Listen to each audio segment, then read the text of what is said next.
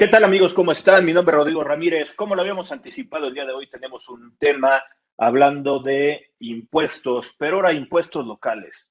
Nos habían estado pidiendo que también tocáramos y abordáramos algunos impuestos locales y el día de hoy vamos a hablar de uno que podría sonar un poquito genérico, pero sí también hacerles la precisión que vamos a hablar del impuesto por adquisición de bienes inmuebles de la Ciudad de México.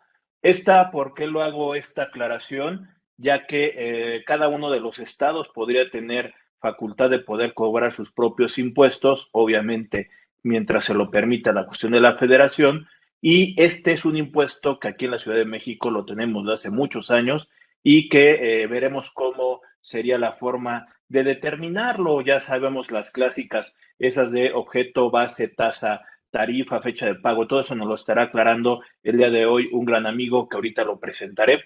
Pero, ¿por qué hago esta precisión? Porque, bueno, dependerá también cada uno de los estados cómo sería su propio manejo, que en la realidad, en términos generales, estamos hablando que este tipo de impuestos se manejan muy similar en cada uno de los estados en el que está. Y bueno, como les decía, pues bueno, vamos a estar platicando este tema, esto al respecto. Pero antes, bueno, pues como siempre, me gusta invitarlos a que se suscriban al canal de YouTube de Rodrigo Ramírez Venegas, que estamos subiendo contenido, estamos subiendo muchos temas y ya llevamos más de un año y medio con este tipo de pláticas y que hemos tenido muy buenos resultados. Suscríbanse, ahí aprieten la campanita para que les avise cada vez que estamos subiendo contenido, compártanlo, ayúdenos a difundir un poquito estos tipos de videos que creo que lo estamos produciendo en cuestión de calidad y sobre todo el contenido y de los grandes invitados que tenemos. También que nos busquen en podcast, está en Spotify, está en iTunes, hay en diferentes distribuidoras de podcast donde estamos también subiendo contenido diferentes días y de igual manera en las redes sociales, en Facebook, también estamos subiendo. Vamos a hablar el día de hoy de impuestos sobre adquisición de bienes inmuebles, ya lo había estado anticipando, y el día de hoy tenemos un gran amigo, licenciado en contaduría por parte de la UNAM. Él es Francisco Antonio Vázquez y vamos a estar platicando con él sobre este tema. ¿Qué tal, Francisco? ¿Cómo estás? Muy buenas tardes. Todo muy bien, buenas tardes Rodrigo. Aquí andamos platicando ahora pues, sobre impuestos. Antes que nada también saludar a todos tus seguidores, que ya, como bien dices, ya llevas más de un año con estas cápsulas que son muy buenas, te dan algo de información, te ayudan a conocer un poco más, profundizar un poco más de varios temas y pues muchas gracias por la invitación y adelante. Vamos a empezar con este impuesto local. Oye, Francisco, con la introducción que estaba haciendo y ahorita también con el saludo que nos estás haciendo a todos las personas que nos están viendo, también que pongan los comentarios en la parte de abajo y a su oportunidad los estaremos contestando. Pero empezaría con, ¿cuál sería la diferencia entre este impuesto local y el impuesto federal como lo estaba yo acotando? Interesante. Muy bien. Pues vamos a identificar la diferencia, pero antes de llegar a la diferencia, recuerda un poquito el fundamento que viene desde la Constitución Política, que desde ahí nos obliga a nosotros como ciudadanos mexicanos a contribuir con los gastos de la nación y de ahí deriva todo lo relacionado con impuestos, con contribuciones, con derechos, etcétera, ¿no? Entonces, ambas derivan la obligación deriva de esa constitución, de nuestra constitución política de los Estados Unidos mexicanos.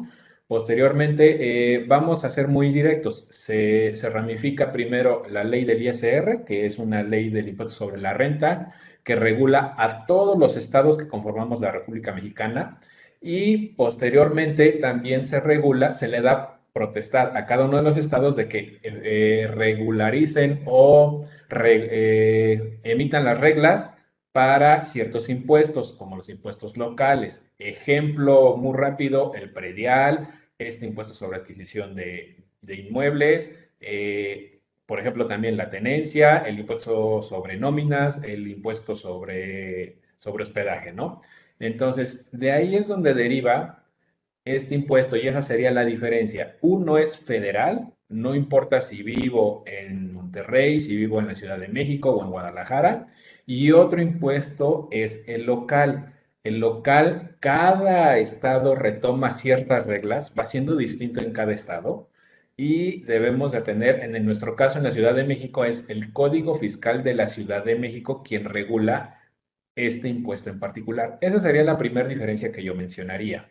La segunda diferencia, o más que diferencia, es un detalle es no confundir este impuesto con el establecido en el capítulo quinto del título cuarto de la ley del ISR, que habla de adquisición de bienes.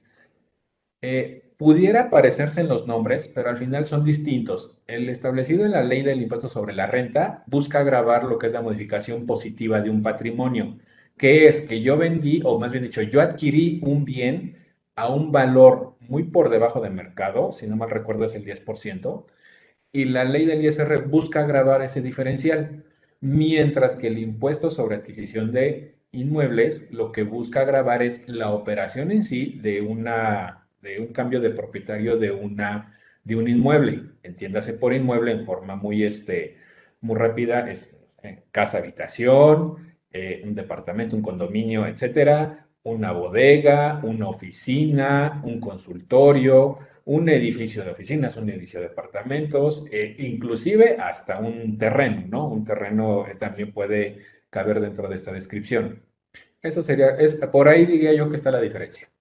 Oye, Francisco, y creo que es muy importante esta precisión que estás haciendo, porque muchas veces consideramos a la primera que el obligado es el que está vendiendo, que para efectos de la ley del impuesto sobre la renta, si yo me dedico a esa actividad como persona física, sería una actividad empresarial y todo lo que sería una operación normal, comprar y edificar y vender para efectos de una cuestión de inmueble. Pero también hay un capítulo, el anterior, que el que dijiste que sería el de enajenación, en donde yo tendría que reportar un impuesto, si es que se me genera, en cuestión de por haber vendido el inmueble. Pero aparte está el de adquisición de inmuebles, que por esto que estás comentando es un diferencial sobre haberlo comprado barato. Por haber comprado barato hay un incremento en mi patrimonio, un valor de plusvalía, un valor de avalúo, y tendría que yo pagar el impuesto de acuerdo a la ley del impuesto sobre la renta, sobre eso que me regalaron y que yo pagué de menos a un 10% del valor del avalúo.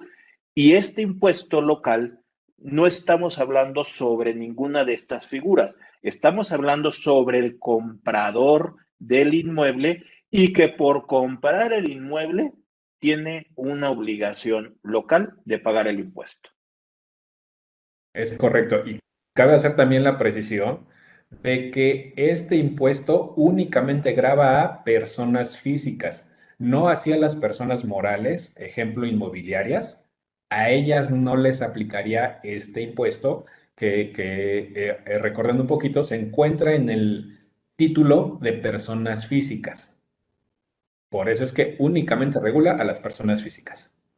Oye, Francisco, y creo que también acabas de dar un tema muy importante, porque una de las cosas que a la gente le llega y le preocupa en cuestión de la venta del inmueble es que están pagando dos o tres veces el impuesto sobre adquisición de bienes inmuebles.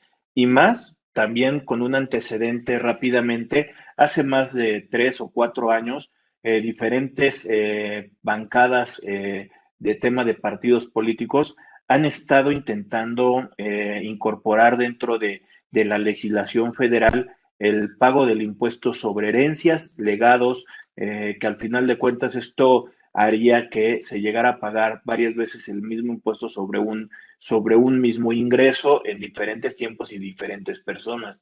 Pero esto motiva mucho o orilla a muchas personas a que teniéndole miedo a este tipo de impuesto, quieran hacer una transmisión de propiedades el día de hoy y que al final de cuentas, pues, en tema local, les estaría complicando la cuestión de pago de impuestos. Es correcto, digo, como bien tú mencionas. Por ejemplo, si tenemos que hay un patrimonio familiar y que los señores ya son de una edad inconsiderable y dicen, ¿sabes qué? Una de dos, quiero heredar en vida a mis hijos, a mis nietos, etcétera.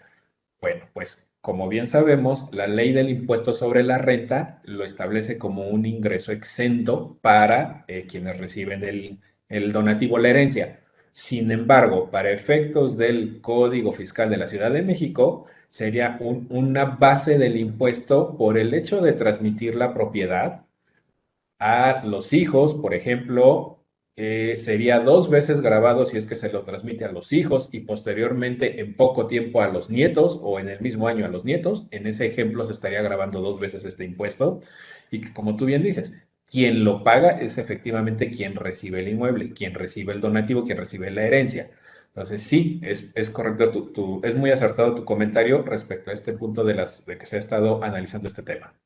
Y esto también, otra de las estrategias que han estado buscando es, en lugar de transmitir la propiedad para que no les cueste, por el comentario que dijiste hace ratito de las personas morales, es enajenarlo, venderlo, cederlo, entregarlo a una persona moral inmobiliaria que ellos administren el inmueble y que cuando se haga una transmisión de herencia, legado, etc., etc., sea a través de las acciones, que en este caso no estaría grabado por el impuesto local, independientemente que estará grabado para la ley del impuesto sobre la renta por el intercambio si es que hay una ganancia en estas acciones, si no están exentas las donaciones, etc., etc.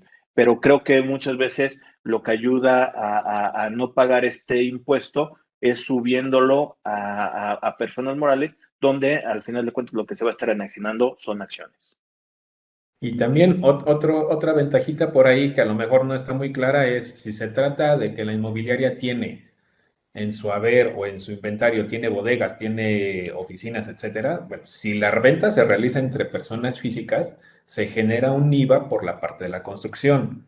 En el momento en que está en una inmobiliaria, como lo que se comercializa ya no son inmuebles, sino son unos bienes muebles, que en este caso conocemos como acciones, que son los famosos títulos valor que se emiten cada vez que se aporta un dinero, etcétera. Se enajenan estos títulos valor y uno, para la ley del impuesto sobre la renta pudiera estar exento, dos, para la ley del IVA, pues este cambio de título, donativo, herencia, pues no se encuentra grabado para efectos de la ley del IVA. No me generaría un impuesto. Oye, también eso creo que es un beneficio, pero creo que también sería o habría una contraparte ahí, Francisco, referente a que si yo lo estaba rentando como persona física el inmueble, tenía yo una deducción ciega, como se llega y se conoce, un 35% que no acumulo para efectos del impuesto sobre la renta. Al traspasarlo a la persona moral, estaría perdiendo este beneficio. Hay que hacer cálculos para ver qué realmente qué te conviene. Hay que hacer cálculos, hay que considerar si se tiene considerado alguna ampliación, alguna mejora, algún gasto fuerte, un gasto importante, o si no, para evaluar en qué momento del tiempo pudiera ser que nos ayude esta inmobiliaria o diferirlo. También pudiera ser el hecho de que se pueda diferir un poquito. Es correcto.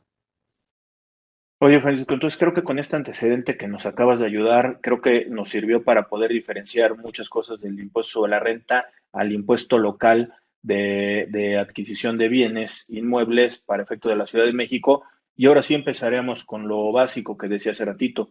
Pues no sé si nos puedes ir diciendo cómo determinar el impuesto, cuál sería la base, la tasa, no sé por dónde quisieras empezar. No, está bien, digo, empecemos con un pequeño dato cultural que por ahí tenemos de este impuesto.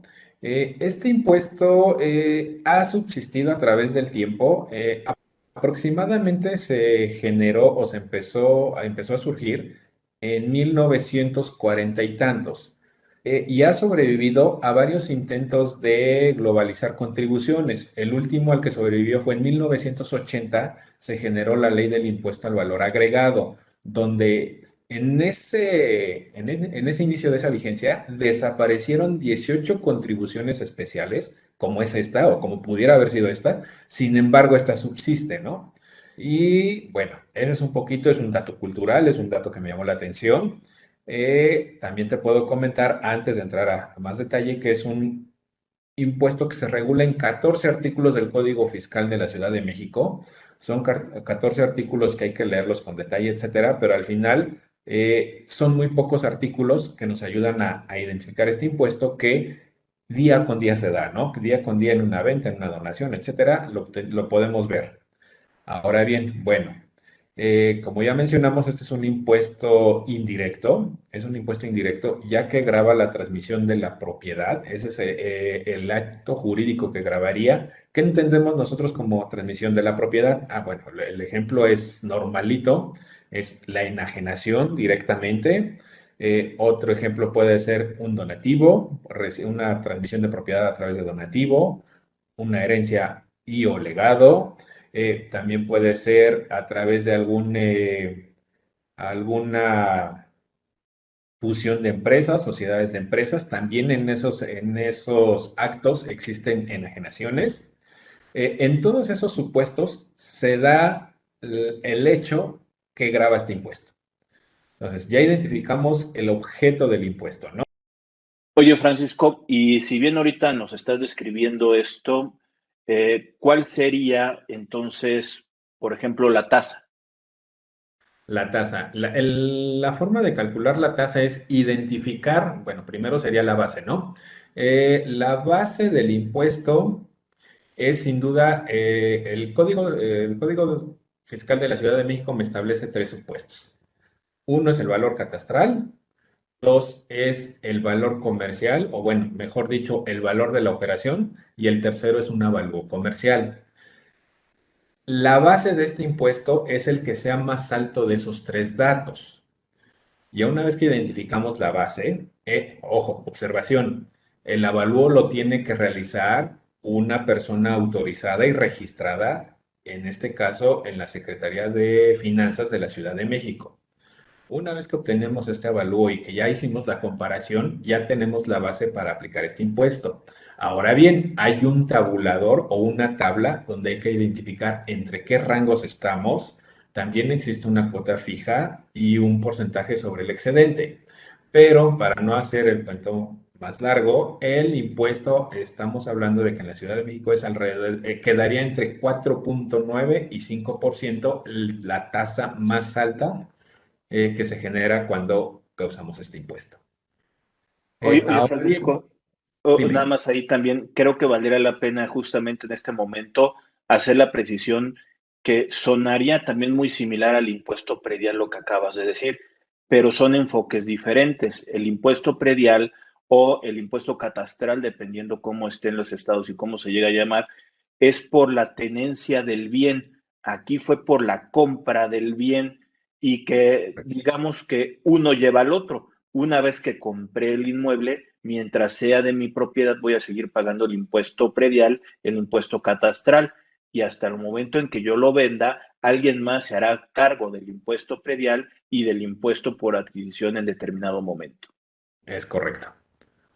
Como tú bien dices, en el momento en que adquirimos el bien, y esa sería la persona obligada, el adquirente, él es el obligado a efectuar este impuesto. Ahora vámonos a la época de pago. La época de pago son 15 días posteriores después de haber realizado el acto de que se trate, el acto que dio origen al impuesto, como ya comentamos, la venta, el donativo, la fusión, etcétera, ¿no? ¿Y cómo se paga? ¿Qué es lo interesante? Eh, Quien nos ayuda a pagar este impuesto es el notario, que cabe hacer la precisión que él no actúa como retenedor, porque a él no se le da un dinero y de ahí retira o se queda con algún importe, sino más bien se determina el impuesto y él actúa como pivote. Recibe de un lado con una mano y con la otra mano se lo entrega al fisco. Por eso es que yo diría que no es un retenedor, sino simplemente es una figura que nos ayuda a pagar este impuesto. Ya una vez que se realizó el pago, es claro, el notario tiene la obligación de determinar la base, de tener los elementos que los conoce en el momento de hacer la escritura de compraventa. En ese momento conoce los elementos y con esto se presenta su declaración y dice, ¿sabes qué? En la operación en la que Francisco compró el inmueble, debe 5 pesos de impuesto, los cuales los acompaño aquí o los pago aquí. Así sería la forma de pagar este impuesto. Entonces, sería un pago definitivo en una sola ocasión no es un pago provisional, no hay que presentar un pago anual. Esto haciendo referencia que es una administración totalmente separado al federal, es local, pero es un pago definitivo único que se estaría haciendo. Es correcto, y atendiendo un poquito al acto jurídico que le da origen, ¿no? Por cada una de las enajenaciones que se realicen. Sí, queda como pago único. Oye, Francisco, y estabas diciendo también algo creo que importante, la figura del notario. El notario, pues, normalmente estaríamos hablando que es el que termina haciendo el entero de este impuesto para poder liberar la cuestión de la escrituración. Pero creo que dijiste algo importante. Propiamente no es una retención, porque la retención para efectos de esto, pues bueno, yo debí de haberte quitado una cantidad de dinero en el momento en que te estoy pagando. Esa, digamos que sería una figura de retención clásica.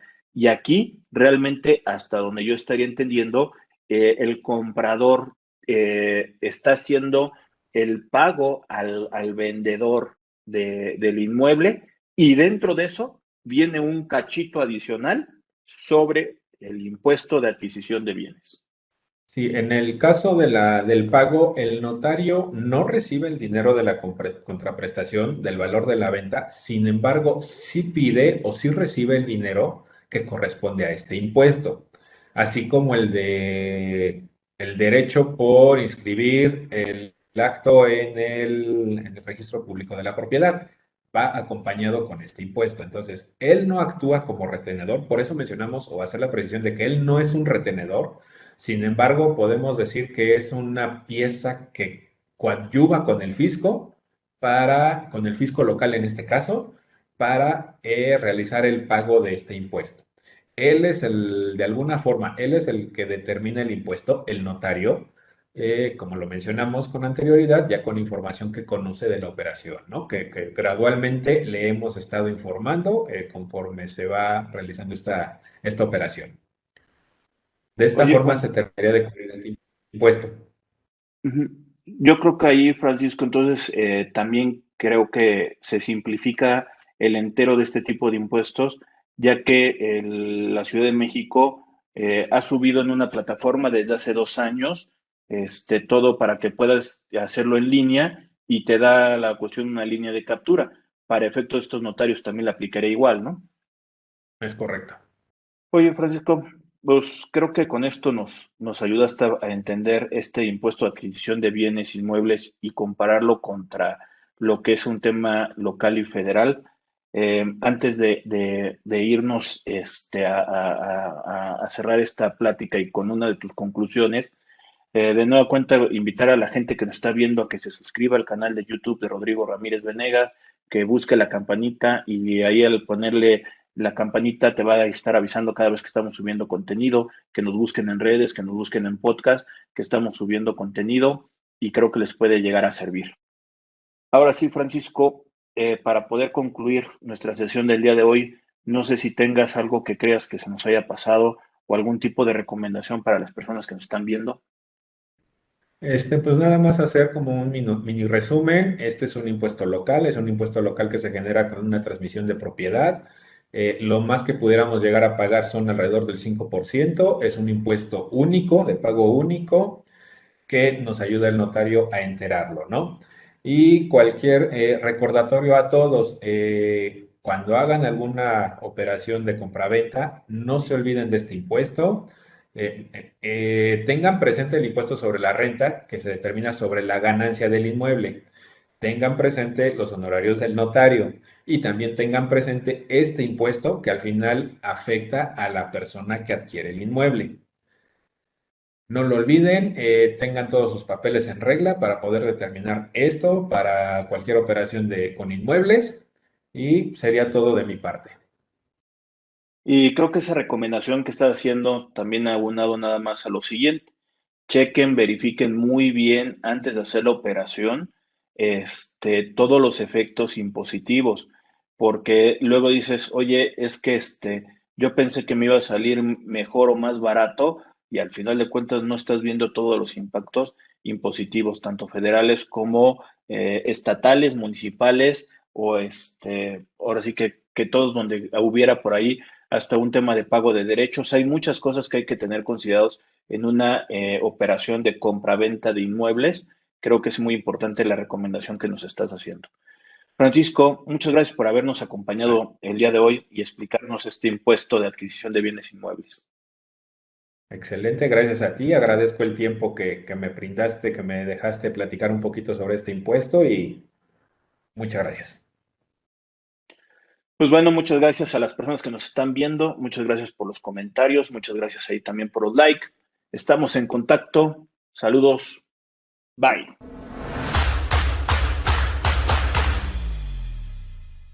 Si llegaste hasta aquí, te pedimos que te suscribas al canal de YouTube de Rodrigo Ramírez Venegas y también que nos apoyes dándole like a la página de Facebook. Te recordamos que si tú quieres saber más de 10 datos rápidos que te pueden llegar a servir en tu día a día, aquí, apriétale aquí lo estamos poniendo. Y también te sugerimos que le puedas dar like a esta lista, que lo que te va a ayudar es a darte contenido de las entrevistas que estamos realizando a través del canal. Suscríbete.